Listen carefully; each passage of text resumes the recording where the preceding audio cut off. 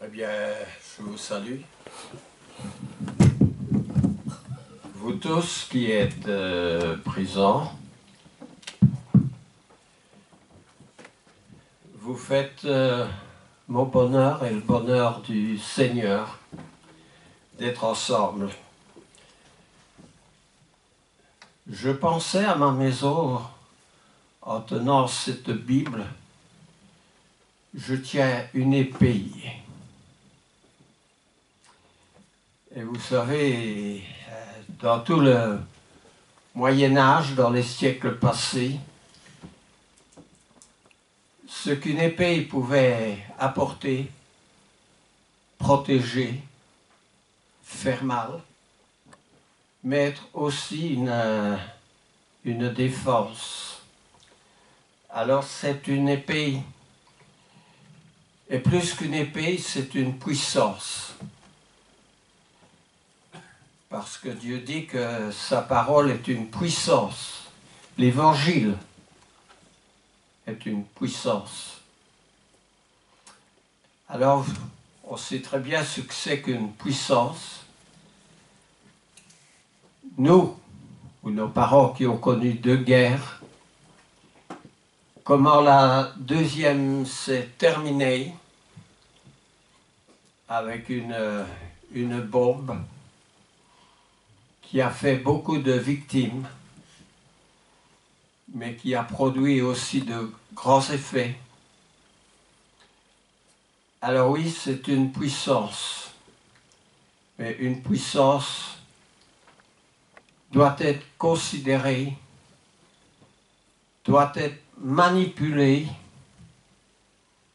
et pas n'importe comment. Un de mes grands regrets, c'est qu'il n'y a pas de futurs évangélistes pour suivre. Il manque, comme il manquait au temps de Jésus, des ouvriers dans la vigne. Je voudrais avoir des évangélistes qui me suivent, parce que bientôt, je rentrerai à la maison du Père. La porte sera ouverte en disant « Tu as accompli ton ministère, tu peux rentrer chez toi. » Et vous savez, c'est toujours triste de quitter ceux qu'on aime, mais échapper à une vallée de larmes, de terreur, où Satan règne, ce n'est pas le meilleur endroit pour vivre éternellement. L'apôtre Jean dit que nous sommes sous la puissance de Satan. Satan est appelé le malin et son nom est très significatif. Et il est toujours là pour, quand nous avons des plans, quand nous lisons la parole, il est toujours là présent pour interpréter. Et Satan a aussi beaucoup de monde autour de nous. Des gens qui sont orgueilleux, qui pensent qu'on n'a rien à leur apprendre. Ils savent tout. Ils ont la meilleure idéologie, toujours les meilleures choses. Ils sont toujours prêts à nous conseiller. Sauf que leur conseil n'est pas le conseil de Dieu,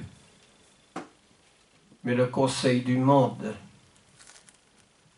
Et moi, je veux bien entendre, mais je veux bien échapper.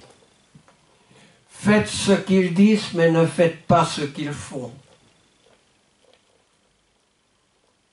Alors,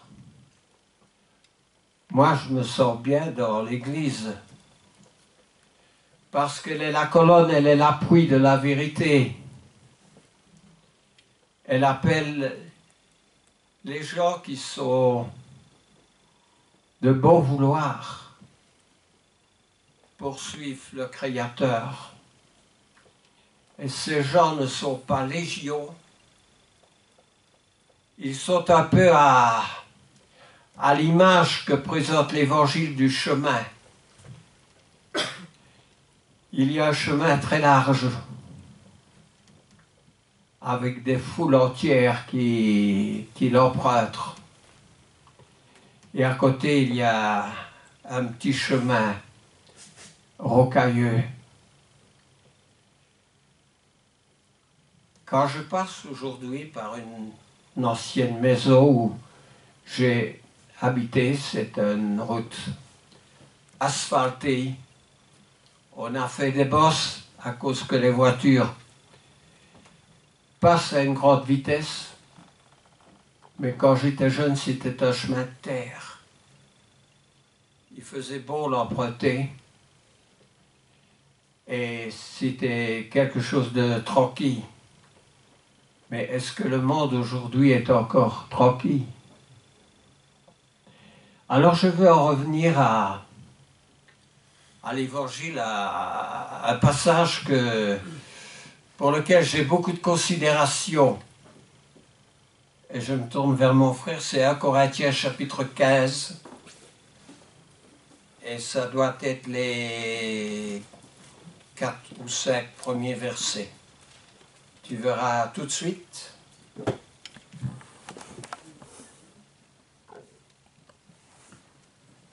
Un Corinthiens chapitre 15, tu commences avec le verset 1. Au nom de Jésus.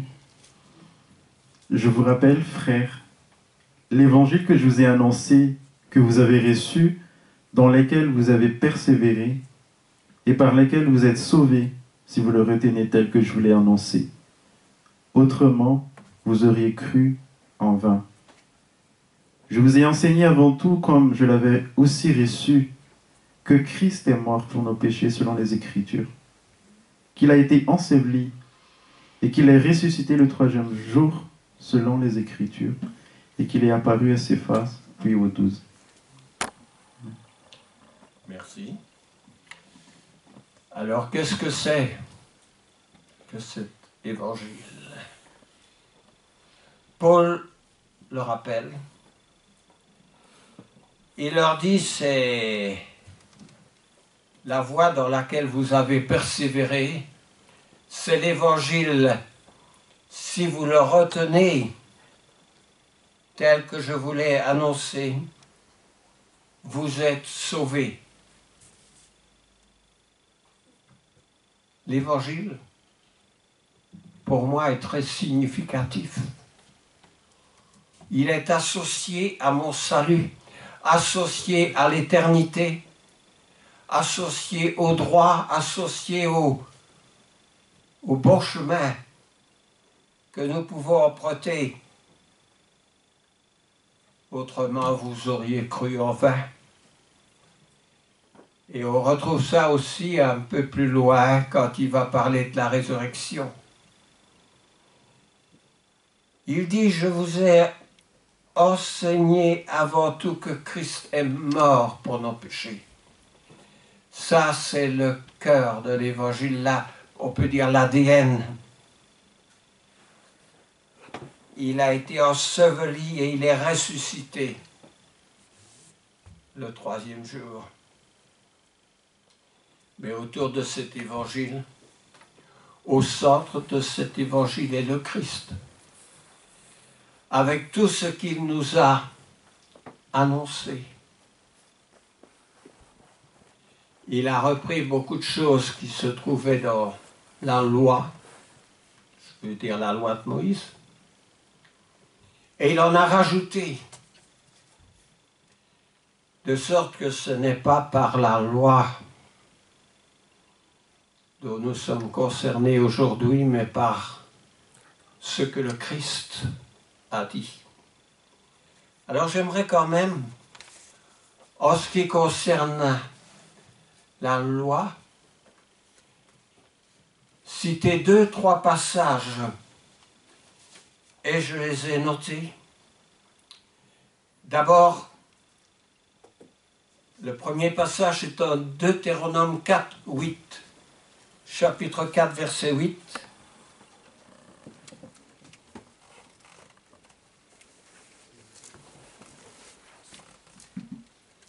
Deutéronome, chapitre 4, verset 8. Chapitre 4, verset 8.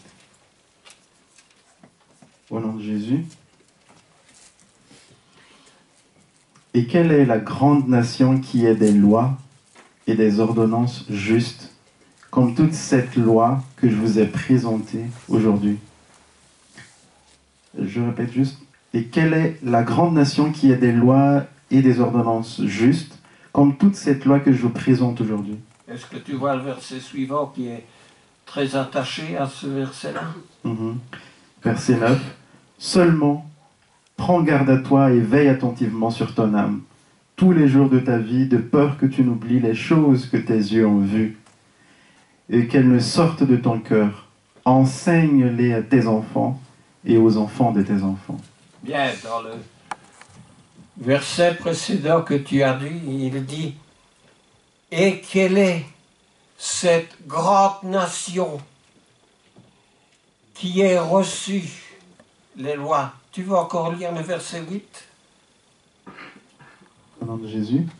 Et quelle est la grande nation qui ait des lois et des ordonnances justes, comme toute cette loi que je présente aujourd'hui? Israël est cette grande nation qui a reçu la loi. Veux-tu lire au psaume 147,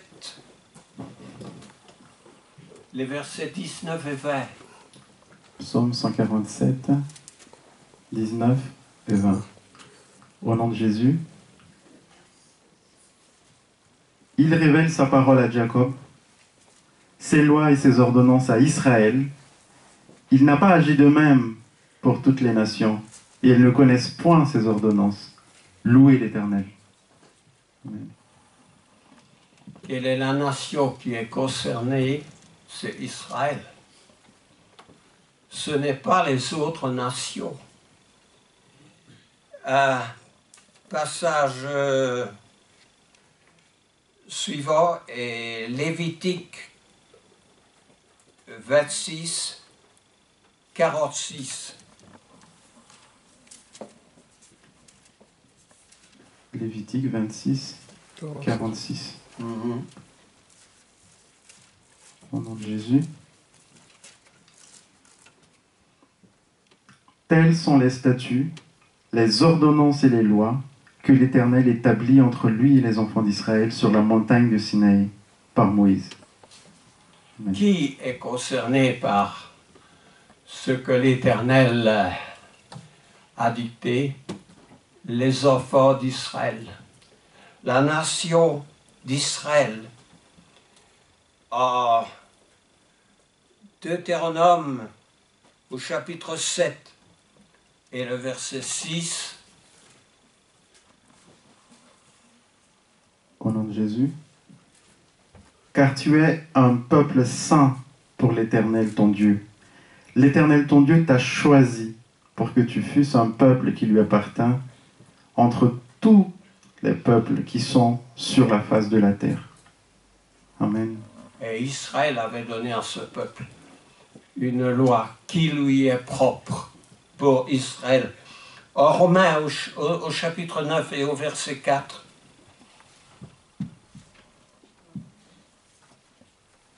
Romains chapitre 9, verset 4. Au nom de Jésus. Qui sont Israélites, à qui appartiennent l'adoption et la gloire, et les alliances et la loi et le culte. Amen. La loi appartient aux Israélites. En Romains, au chapitre 7, verset 6. Mais maintenant, nous avons été dégagés de la loi, étant morts à cette loi sous laquelle nous étions retenus, de sorte que nous servons dans un esprit nouveau, et non selon la terre, selon la lettre qui a vieilli. Dégagés de cette loi. En Galates 3, 25. Au nom de Jésus. La foi étant venue, nous ne sommes plus sous ce pédagogue. Le pédagogue, c'était les commandements qui avaient été prescrits à Moïse. Hébreux 7, verset 28. Hébreux 7, verset 28. Au nom de Jésus. En effet, la loi établit souverain sacrificateur des hommes sujets à la faiblesse. Mais la parole du serment qui a été fait après la loi établit le Fils qui est parfait pour l'éternité. Ah oui, et le chapitre suivant, au chapitre 8, verset 7. En effet, si la première alliance avait été sans défaut, il n'aurait pas été question de la remplacer par une seconde. Il y a donc une abolition d'une ordonnance intérieure, dira Paul aux Hébreux, à cause de son impuissance et de son incapacité. Alors, je cite ce passage parce que on a ouvert une étude dans l'épître aux Hébreux. Il doit être bien question des Hébreux dans cette épître pour leur faire comprendre que la loi était quelque chose dont Israël était les destinataires, mais nous sommes les destinataires de l'Évangile. L'Évangile, dit Paul, je le rappelle, que je vous ai annoncé, que vous avez reçu, dans lequel vous avez persévéré et par lequel vous êtes sauvés si vous le retenez tel que je vous l'ai annoncé. Autrement, vous auriez cru en vain. Et l'apôtre Paul dira aux Romains, en commençant son épître, l'Évangile est une puissance de Dieu pour le salut de quiconque croit, du juif premièrement, puis du grec. Pour le salut de quiconque croit. Lorsque l'on est en Christ, et nous avons étudié ça ce matin en Colossiens, lorsqu'on est en Christ, on est une nouvelle créature. Et cette créature devient nouvelle lorsque nous sommes ensevelis avec Christ. C'est l'étude avant le culte sur lequel nous nous sommes penchés. Et je répète ces choses pour ceux qui n'ont pas jugé être présents. On est enseveli avec Christ dans les eaux du baptême. Alors, je ne parle pas nécessairement tous les dimanches du baptême, mais puisque nous sommes entre nous aujourd'hui, je pose la question. Avez-vous été baptisés pour le pardon des péchés? Avez-vous reçu le Saint-Esprit quand vous avez cru? Vous savez, en Acte 19, il y en a qui étaient baptisés et Paul leur pose la question, est-ce que vous avez reçu le Saint-Esprit? Eh bien, je vais vous rappeler que le Saint-Esprit, c'est quelque chose d'important parce qu'en Romains au chapitre 8, l'apôtre Paul dit que c'est l'Esprit qui a ressuscité Christ d'entre les morts qui nous rendra aussi la vie. Et si vous n'avez pas reçu le Saint-Esprit, votre corps n'est pas le temple du Saint-Esprit et vous n'avez pas la promesse que quand Christ viendra, il va nous ressusciter. Il faut faire attention à chaque phrases à chaque iota que contient cet évangile. Il faut être en conformité, vivre en conformité avec cet évangile. Et Pierre, l'apôtre, le dit très bien au début des Actes, le jour de la Pentecôte. Repentez-vous et soyez baptisés pour le pardon de vos péchés et vous recevrez le don du Saint-Esprit. Et je rappelle que si on vous a versé quelques gouttes d'eau sur la tête qu'on appelle baptême, le baptême est un ensevelissement. On ne peut pas vous ensevelir avec 3-4 gouttes d'eau sur la tête qui vous a fait crier, peut-être un peu. Alors je vous demande aujourd'hui de bien réfléchir. Je ne vise personne par mon regard, je ne vous vois pas, mais avez-vous été baptisé? Si vous me dites oui, la charité m'oblige à vous croire. Et je ne vais pas remettre en doute, parce que je ne suis qu'un homme, mais cet homme que je suis est un serviteur de Christ, un évangéliste. Alors, réfléchissez bien, si vous n'avez pas encore été baptisé,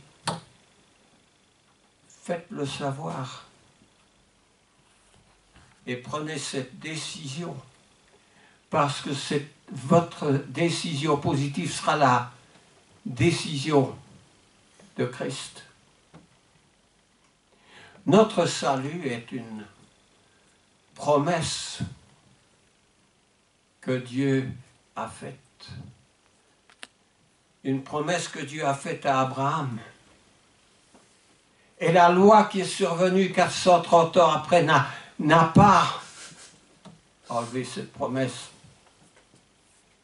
La loi a été un précepteur, dira Paul en Galates 3, pour nous conduire à Christ. Et Paul ajoutera, nous ne sommes plus sous ce précepteur. Alors aujourd'hui, ce n'est pas le sang des taureaux et des boucs qui va remettre pour un temps les péchés, mais notre culpabilité, c'est Christ, qui est concerné par son sang, par sa mort, comme dit le passage, et par sa résurrection. Et cette résurrection, selon la promesse de Dieu, a été promise à David. Et la parole est très claire que si Dieu fait une promesse, il va la tenir. Un des sermons puissants de l'apôtre Paul se trouve en Actes au chapitre 13. Mon frère, je vais te demander de le trouver en Actes chapitre 13 et peut-être le verset 23. Je vais aller en Acte 13 avec toi et tu vas bien sûr lire. Acte 13, chapitre 23, en effet. Ouais. Au nom de Jésus. C'est de la postérité de David que Dieu, selon sa promesse, a suscité Israël, un sauveur, qui est Jésus. Avant sa venue, Jean avait prêché le baptême de repentance à tous les peuples d'Israël. Et lorsque Jean achevait sa course, il disait « Je ne suis pas celui que vous pensez, mais voici après moi vient celui des pieds duquel je ne suis pas digne de délier les souliers. » Oui, bien sûr, il s'agit du précurseur qui est Jean-Baptiste et qui annonce Jésus, bien sûr. Mais l'apôtre Paul rappelle dans ce sermon, c'est un très beau sermon. Je vous suggère que vous lisiez Actes chapitre 13 parce que ce sermon est très, très complet aussi. Nous vous annonçons cette bonne nouvelle. L'Évangile est la bonne nouvelle. Cette bonne nouvelle que la promesse faite à nos pères, Dieu l'a accomplie. Qu'est-ce que Dieu avait promis? Qu'est-ce qu'il a promis par les prophètes? Il a promis qu'il oublierait nos péchés. Il a promis un sauveur, un libérateur. Dieu l'a accompli pour nous, leurs enfants, en ressuscitant Jésus,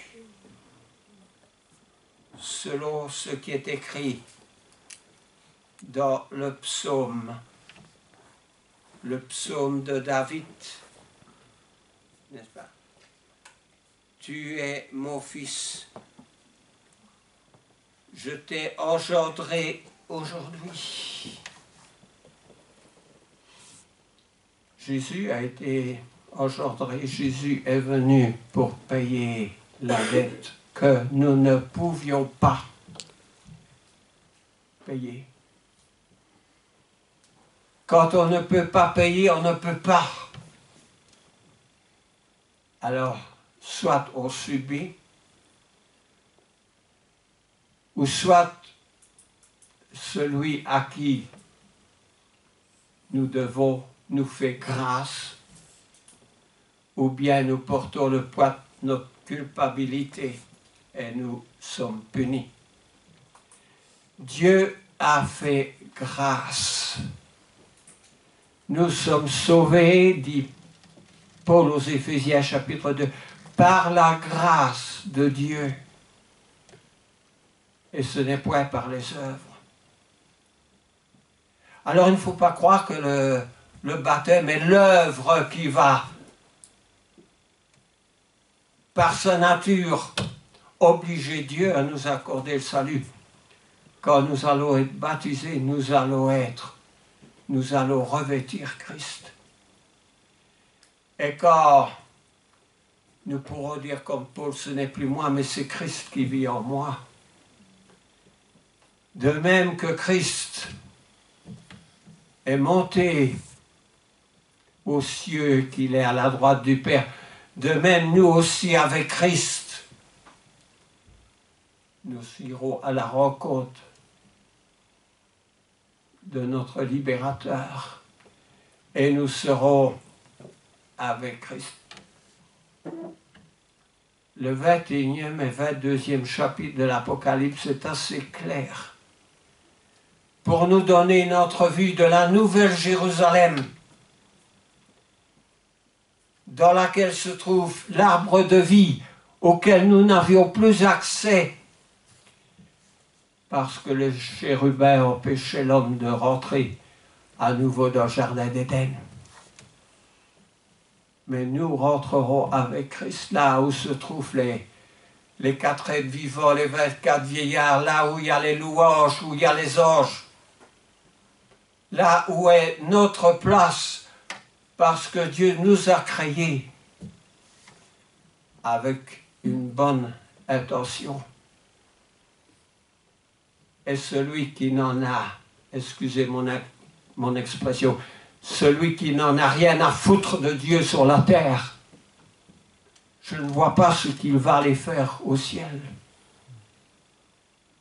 Dieu veut que nous soyons des êtres spirituels, des êtres intelligents, qui considèrent ce qu'il dit dans sa parole. Il nous a créés libres, mais il veut que nous fassions le bon choix. Choisis la vie. Mais il y en a où peut-être nous-mêmes, nous sommes trop attachés au monde. Nous ne voulons pas quitter ce monde. Nous voulons être un pied dans les cieux et l'autre pied qui reste sur la terre. Mais ça n'est pas ce n'est pas le bon choix. Alors oui, par sa promesse, Dieu nous destine aux rives éternelles. Il me reste encore quelques minutes. Alors, je regarde mes petites feuilles. Je voudrais pendant ces 2-3 minutes appeler à la foi. Parce que quelques-uns qui étaient parmi ceux de Corinthe n'avaient pas cette foi complète. Je ne sais pas pourquoi ils n'avaient pas cette foi, mais ils ne croyaient pas à la résurrection. À la résurrection. Mon père, qui avait été baptisé en son temps, avait fait la guerre 14-18 dans la résistance en 44-45 et il disait mais j'ai vu trop de personnes tuées sur le champ de bataille. Il était dans les tranchées de l'Isère pendant 4 ans, il était dans le génie. Il dit j'ai vraiment de la difficulté de croire.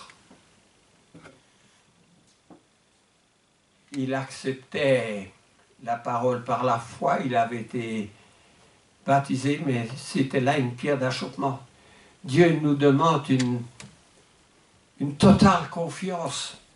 Quand nous allons en 1 Corinthiens et que nous retournons dans le chapitre 15, alors, mon frère, nous allons lire à partir du verset 12 et peut-être jusqu'au verset 26. Je te laisse la lecture. Au nom de Jésus, donc 1 Corinthiens 15, 12 à 26. Au nom de Jésus. Or, si l'on prêche que Christ est ressuscité des morts, comment quelques-uns parmi vous disent-ils qu'il n'y a point de résurrection des morts? S'il n'y a point de résurrection des morts, Christ non plus n'est pas ressuscité. Et si Christ n'est pas ressuscité, notre prédication est donc vaine, et votre foi aussi est vaine.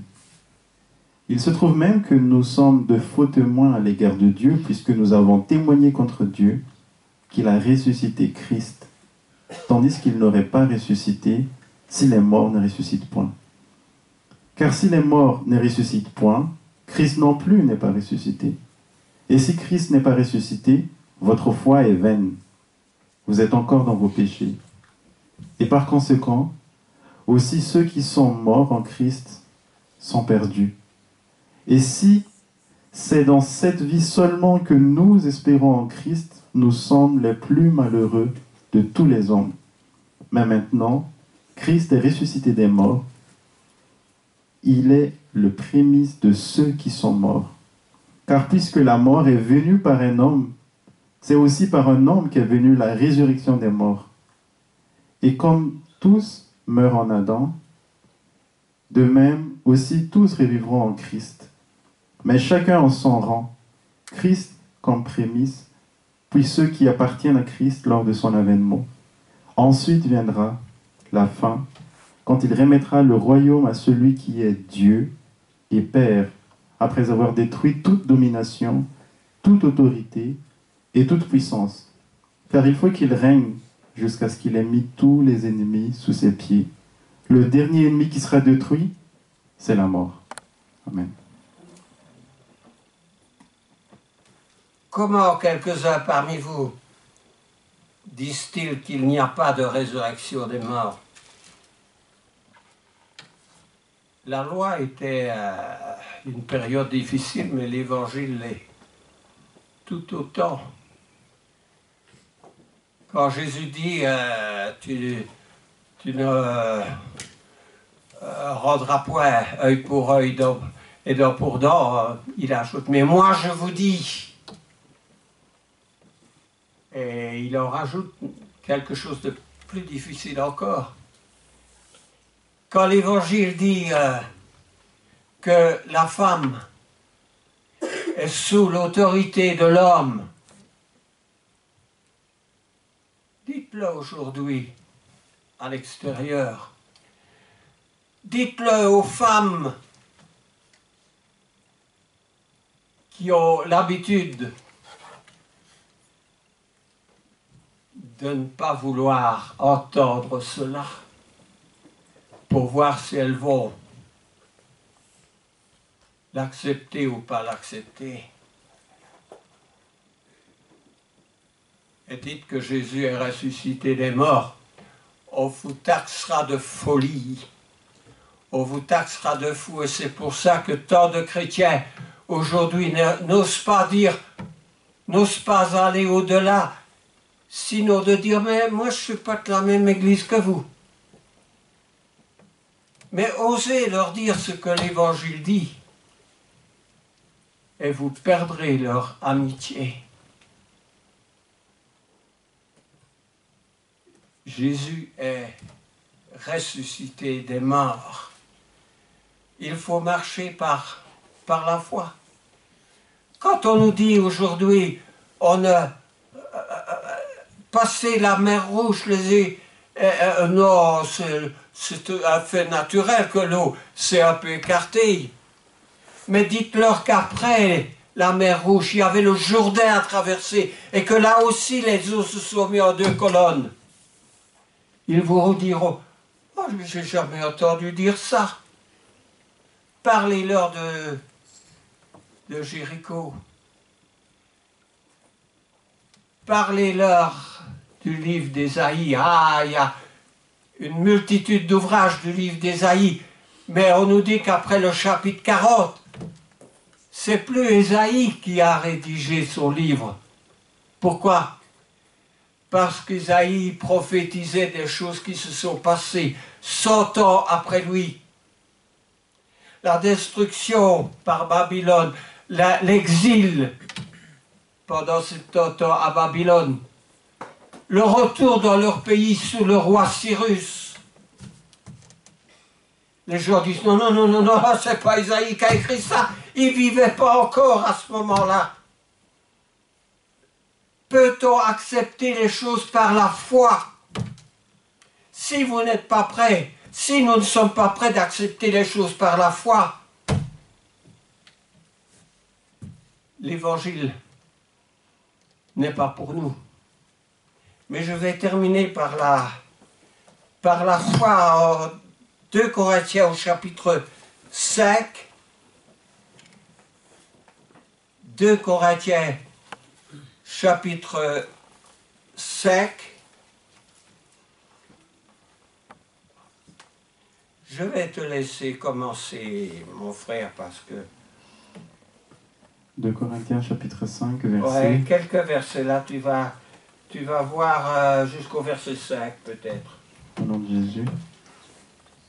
Nous savons en effet que si cette tente où nous habitons sur la terre est détruite, nous avons dans le ciel un édifice qui est l'ouvrage de Dieu, une demeure éternelle qui n'a pas été faite de main d'homme. Aussi nous gémissons dans cette tente, désirant revêtir notre domicile céleste, si du moins nous sommes trouvés vêtus et non pas nus.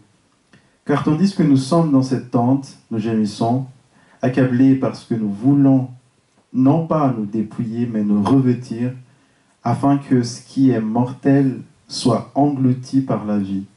Et celui qui nous a formés pour cela, c'est Dieu, qui nous a donné les arts de l'esprit. Amen. Relisez pendant cette semaine encore ce passage, 2 Corinthiens chapitre 7. Si cette tente où nous habitons est détruite, nous avons dans les cieux une demeure éternelle. Voulons-nous aller au ciel? à tout le monde dans l'extérieur dire oui, oui, oui, je veux bien. Je ne vais pas souffrir. Sommes-nous avec Christ? Jésus a dit, vous êtes avec moi ou vous êtes contre moi. Ce qui est neutre n'a pas sa place. Mais il a dit aussi, parle, car j'ai un peuple nombreux dans cette ville. Et peut-être, beaucoup n'ont jamais entendu ce qui concerne les promesses de Dieu. Que Dieu nous bénisse et qu'il bénisse sa parole. Amen. Amen.